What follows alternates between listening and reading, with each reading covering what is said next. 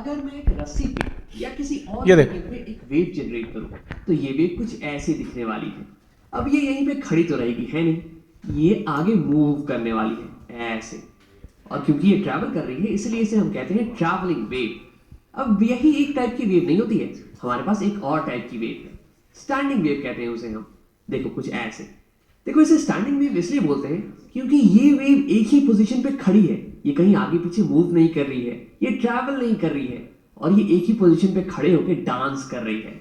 इसे dancing wave भी तुम कह सकते हो, लेकिन इसका नाम हमने स्टैंडिंग वेव रख दिया है। तो आप पढ़ते हैं कि स्टैंडिंग वेव कैसे बनती है। अब अगर तुम एक ऐसी मीडियम लो जिसकी कोई बाउंड्री नहीं हो, जैसे कि एक इनफाइनाइटली लंबी रस्सी, और उसके अंदर तुम वेव को जनरेट करो, तो क्या होने वाला है कि ये वेव ये हमेशा के लिए ट्रैवल करेगी, ये कभी रुकने वाली नहीं है। अब ऐसी मीडियम का फायदा ये होता है कि तुम इस मीडियम में किसी भी वेवलेंथ और फ्रीक्वेंसी की वेव को जनरेट कर सकते हो, किसी भी वेवलेंथ और फ्रीक्वेंसी की वेव को जनरेट कर सकते हो।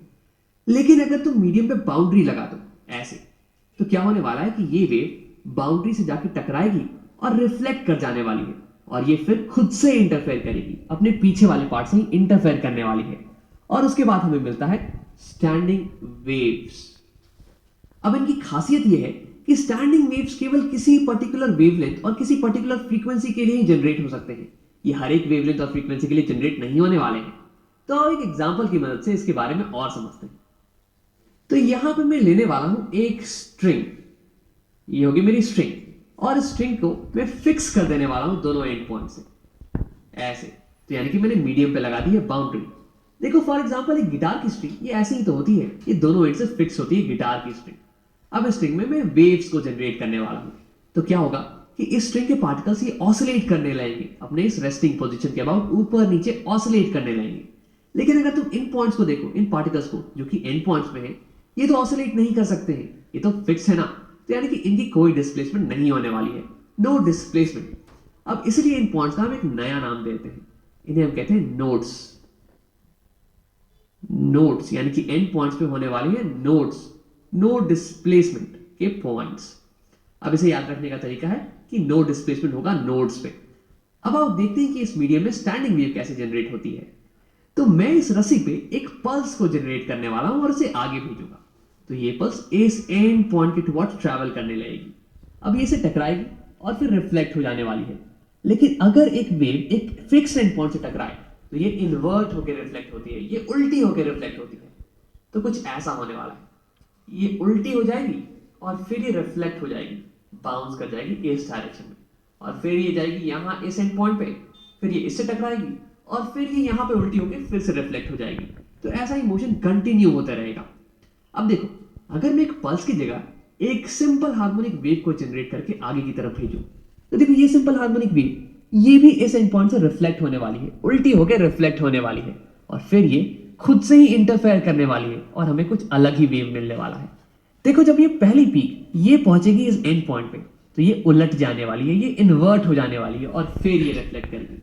कुछ ऐसी वेव हमें मिलने वाली है ऐसी, और ये इस साइड इस लेफ्ट डायरेक्शन में ट्रैवल करने लगेगी, और ये इंटरफेयर करेगी इस पीछे वाली वेव के साथ, पीछे वाली पीक के साथ, जो कि राइट डायरेक्शन में ट्रैवल कर रही है।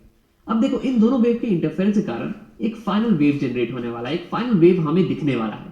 अब हमें पता है कि इस वेव की शेप, इसकी इक्वेशन कैसे निकालते हैं।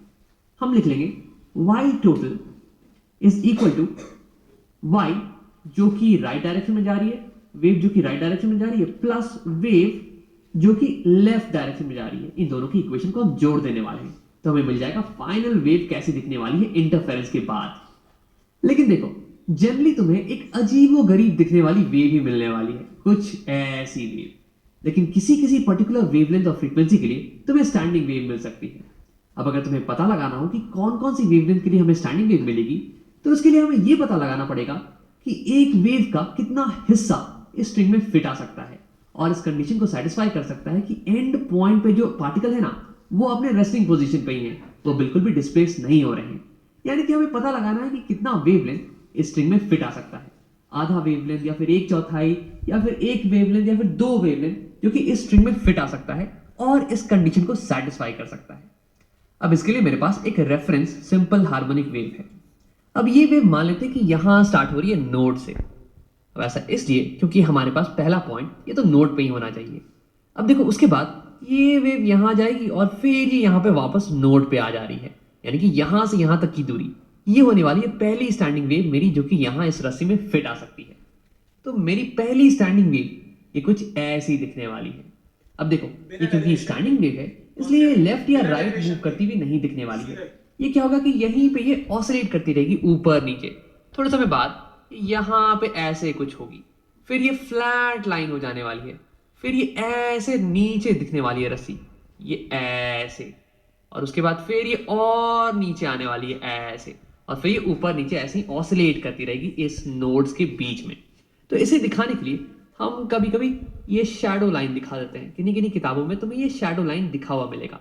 ये बताता है कि ये वेव ये ट्रैवलिंग वेव नहीं है बल्कि स्टैंडिंग वेव है, और ये रस्सी जो है इन दोनों पोजीशन के बीच में ऑसिलेट कर रही है ऊपर नीचे ऐसे। अब देखो ये सबसे बड़ी वेवलेंथ है, ये सबसे बड़ी वेवलेंथ की स्टैंडिंग वेव है जो कि मेरे इन दोनों नोड्स के बीच में बन रही है, और इसलिए इसे हम एक स्पेशल नाम दे देते हैं। इसे हम कहते हैं फंडामेंटल वेवलेंथ। अब देखो ये सबसे बड़ी वेव होने वाली है जो कि हमारे इन दोनों नोड्स के बीच में बन सकती है, और ये सबसे ज्यादा डोमिनेटिंग वेवलेंथ भी होने वाली है। अगर तुम स्ट्रिंग को ऐसे ही छोड़ दो तो स्ट्रिंग इसी वेवलेंथ में ऑसिलेट करती रहेगी। और देखो इस स्ट्रिंग में बहुत अलग अलग वेवलेंथ की भी स्टैंडिंग वेव बनने वाली है, लेकिन उन सबको डोमिनेट कर जाएगी हमारी फंडामेंटल वेवलेंथ। अब आओ देखते हैं कि नेक्स्ट वेवलेंथ कौन सा बन सकता है इसमें स्टैंडिंग वेव का।